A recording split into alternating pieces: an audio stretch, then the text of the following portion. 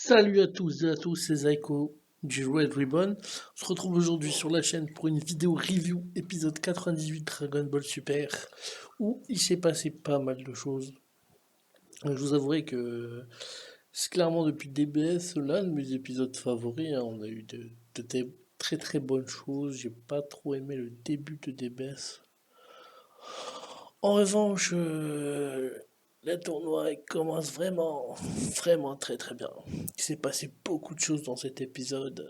On a vu beaucoup de nouvelles informations, beaucoup de questions qu'on se pose, donc on va essayer de débriefer tout ça ensemble. Alors, première chose, on a Goku donc, qui se retrouve entouré par des membres de l'univers 9, il me semble, dont le trio de D-Danger. Donc ils s'affrontent, voilà, on a le... Alors je crois que son nom c'est Lavanda ou Levanda, enfin celui qui a le poison en fait. Donc il veut frapper Goku avec son poison et Goku en fait a, grâce entre guillemets au match d'ouverture du tournoi qu'ils avaient fait, a développé une sorte de barrière pour lutter contre ce poison, pour justement éviter d'être touché par ce poison. Ce qui a fait qu'il a réussi à résister au poison, mais le trio d'Idanger était vraiment efficace parce qu'ils ont eu une formation, le Danger Triangles, je crois. Et du coup, ben, Goku était un peu bloqué car il était obligé que de se défendre, il ne pouvait rien faire, car il a même dit à Vegeta quand Vegeta est venu le rejoindre, je ne peux rien faire, je ne peux pas sentir leur ki. Donc Vegeta vient se mettre dans la bagarre, et là on a le Kaioshin de l'univers 9. Je dis bien le Kaioshin, c'est même pas le dieu de la destruction qui a créé, c'est le Kaioshin qui dit l'univers 9, montrez-leur notre pouvoir, allez tuer ces Goku et Vegeta. Et là on a tous les autres membres de l'univers 9, enfin ils se retrouvent à 8 contre 2. Euh, bon, du coup, il se retrouve à. Donc, ça se divise en 4 contre 1 à chaque fois, hein. Et là, on a Goku qui est obligé de se transformer en Super Saiyan. Alors, j'adore le moment où il se transforme en Super Saiyan et qu'il commence à taper. On voit vraiment que juste en Super Saiyan, il commençait déjà à être un peu supérieur à certaines personnes de cet univers. Vegeta, de son côté, était pas mal repoussé. Il s'est retrouvé avec un bras gelé. Et à partir du bras gelé, eh ben, retournement de situation, hein. Les membres de l'univers 9 pensaient avoir le dessus. Donc il y en a qui dit qui voulait tuer Vegeta, l'autre dit enfin qui voulait en finir avec Vegeta quoi, et la femme chauve-souris ou je sais pas quoi là, elle fonce sur Vegeta en disant également voilà c'est ma proie, il est à moi. Et là Vegeta se rend compte que les deux foncent dans le tas sans réfléchir, en pensant que c'est tout cuit. Donc du coup il disparaît, et les deux se cognent et Vegeta n'a plus qu'à les éjecter. Goku en fait de même, il en éjecte un hors du ring. Euh, Cet épisode est concentré principalement sur Goku et Vegeta.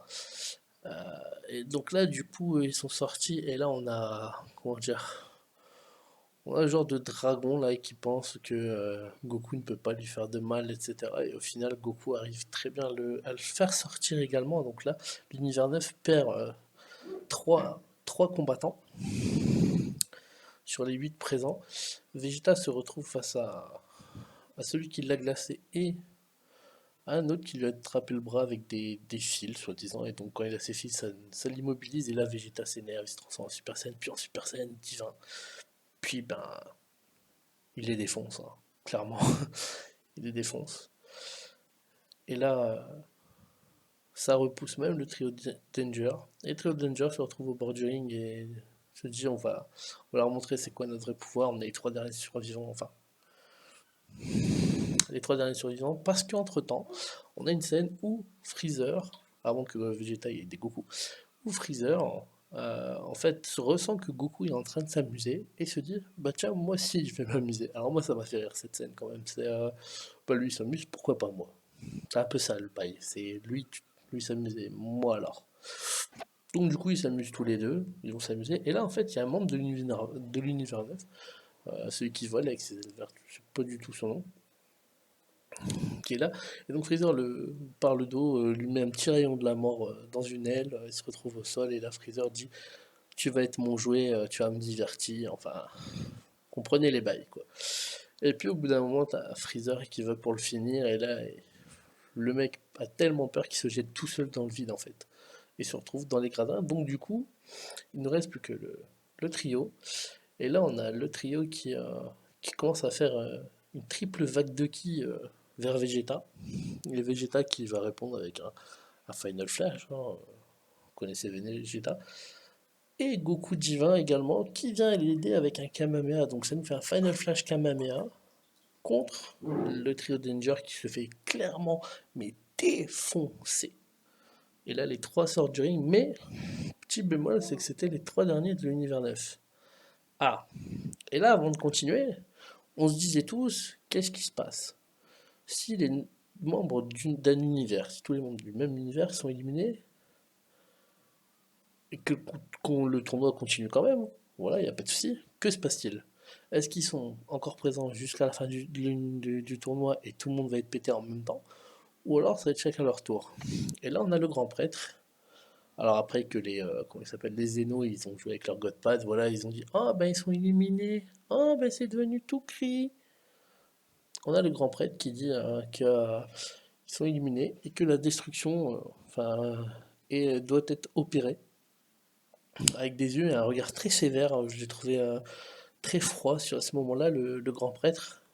Contrairement à l'habitude, on le trouve un peu souriant. Par contre, il y a une chose qui m'interpellera aussi dans le comportement du grand prêtre, on verra ça après.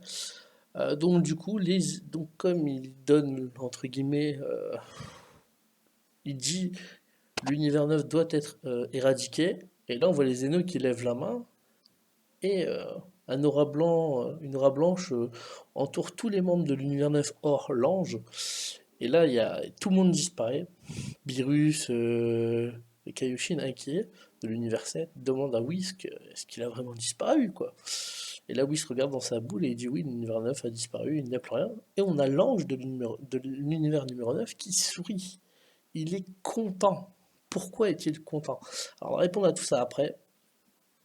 Donc, on retrouve Goku, Vegeta et on revoit plusieurs visages aussi qui sont très très inquiets, qui voient qu'il y a du danger et que là ils se disent faut pas qu'on se fasse éliminer, faut pas qu'on perde, faut qu'on défonce tout le monde et qu'on fasse très attention. Avant de revenir sur les Zeno, le Daishinkan et l'ange de l'univers 9, on va juste vite fait parler, donc là c'est du spoil, hein, clairement. Ben, prochain épisode, ça va être du Krillin, soi-disant de C18 est en danger, etc. On va voir un peu Krillin. Alors moi ça me fait plaisir, c'est qu'au moins ça va pas se concentrer que sur Goku, Vegeta, Freezer. Puisque Goku, Vegeta, pour moi, c'est deux personnes qui vont rester là pendant jusqu'à quasiment la fin du TB. Euh, Freezer, à mon avis, va être resté quasi jusqu'au bout, ou alors à un moment donné, il va y avoir une couille. Je pense que la Z-Team va vite sauter quand même. Clairement, tout ce qui est Krillin, Tortue Géniale, Tenshinhan. Je suis désolé pour Piccolo, Piccolo que j'aime beaucoup. Gohan que j'aime beaucoup. Alors, à moins que Gohan ait un power-up pendant ce tournoi, on attend toujours de voir ce que ça va donner. Mais derrière, il y a quand même Jiren, il y a Ito, il y a Toppo, il y a Kale, euh, il y a Caulifla, Kiabe, enfin, il y a du potentiel en face, et il y a même des gens qu'on ne connaît pas encore. Moi, j'ai hâte de voir tous ceux de l'univers, je crois que c'est l'univers 11, l'univers de Toppo. J'ai hâte de voir ce que ça vaut. Et moi, je vous avoue, il y a un truc qui m'embêterait, c'est que j'ai pas envie que l'univers 7 se fasse détruire.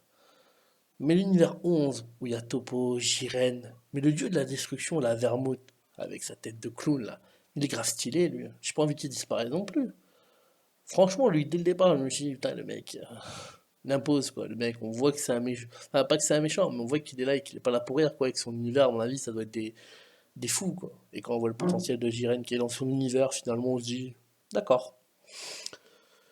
Donc voilà pour un peu, bon, c'était un très bon épisode, hein, beaucoup de scènes importantes, d'informations à prendre, beaucoup de combats, enfin ouais, un épisode digne de Dragon Ball, on peut pas dire autrement. Ça nous manquait ce genre d'épisode, on a eu la chance avec le précédent épisode, on a eu quelques épisodes comme ça flamboyants aussi sur l'arc de Black, mais sinon à part ça, depuis le début de DBS, il n'y a pas vraiment de choses très très ouf quoi. C'est là ça commence vraiment, on voit que ils savent qu'ils ont du potentiel et que ils vont faire quelque chose de ce tournoi et ça fait plaisir en espérant que ça aille toujours dans ce sens. Bon, après, on pourrait tolérer qu'il y ait un ou deux épisodes où se calme un peu au niveau du rythme, etc. Genre, je pense que les derniers épisodes, ça risque d'être un peu long, quoi. Genre, surtout le combat de Goku-Jiren, on l'attend tous, et ça, à mon avis, ça va être hardcore, quoi. Donc voilà. Ensuite, maintenant, il faut qu'on parle du comportement des Zénos, du grand prêtre et de l'ange de l'univers numéro 9. Alors, on va commencer par un truc très simple. Les Zénos appellent Goku Goku-san. Ok. Ils n'appellent personne d'autre de n'importe quel univers comme ça, avec le San. Même le Daishinkan parle de Goku comme ça. C'est étrange. Enfin, moi, personnellement, je trouve ça bizarre. Juste cette appellation, on va me dire, ouais, c'est un petit détail, c'est rien du tout. Mais non, enfin, je trouve ça étrange.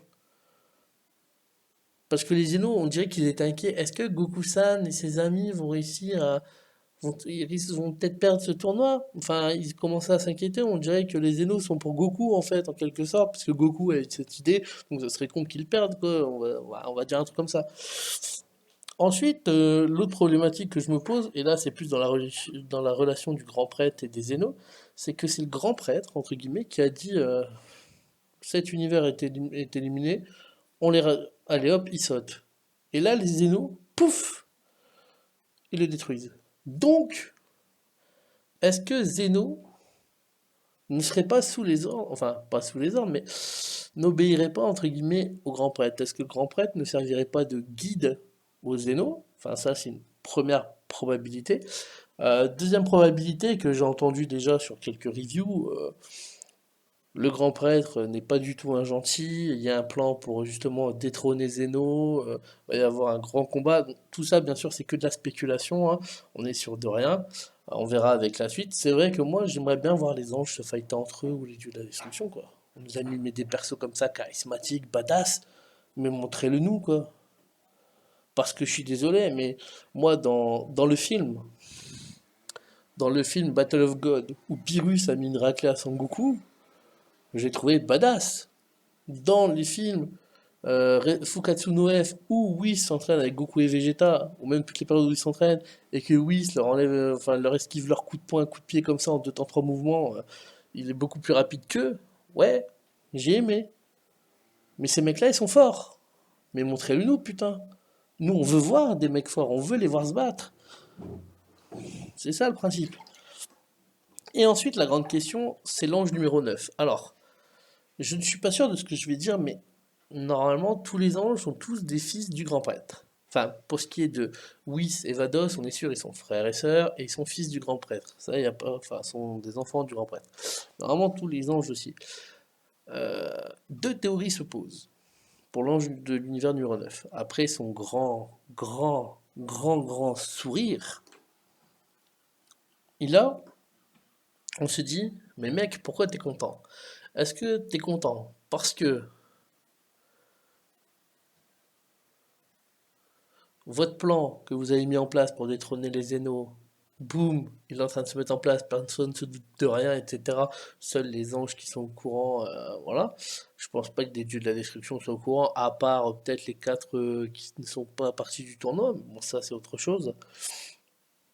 Et là, ou alors, probabilité sûre, enfin, on sait tous, enfin, d'après ce qu'on a vu dans d'autres épisodes, que cet ange ne s'entend pas du tout avec le dieu de la destruction et le Kaioshin de son univers. Donc d'un sens, il devrait être content, il doit se dire, ouais, c'est bon, je ne servirai plus, je ne ferai plus attention à ces boulets-là, j'en aurai des autres sous la main, etc. Peut-être, mais bon, il y a quand même tout un univers de pété, ça fait beaucoup de personnes juste pour un dieu de la destruction et un Kaioshin, quoi.